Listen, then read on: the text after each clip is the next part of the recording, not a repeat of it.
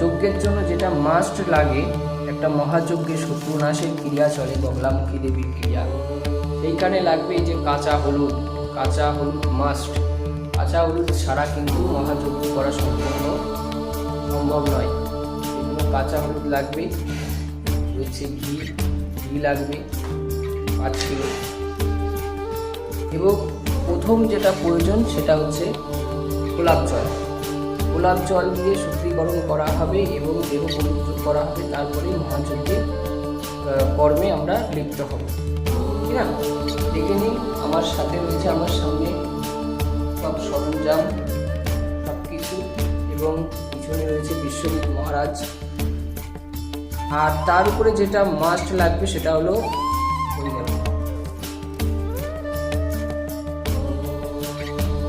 এই জিনিসটা ছাড়া কিন্তু যজ্ঞ করা প্রায় অসম্ভব। বহুমূল্য একটা জিনিস, এই জিনিসটা ছাড়া কিন্তু যজ্ঞ করা যাবে না। একটা মহাযজ্ঞ সম্পন্ন করতে গেলে এই জিনিসটা মাস্ট। এটা ছাড়া কিন্তু যজ্ঞ করা সম্ভব নয়। এবং প্রয়োজন আছে একটা পঞ্জিকা ছাড়া কিন্তু মহাযজ্ঞ করা সম্ভব নয়।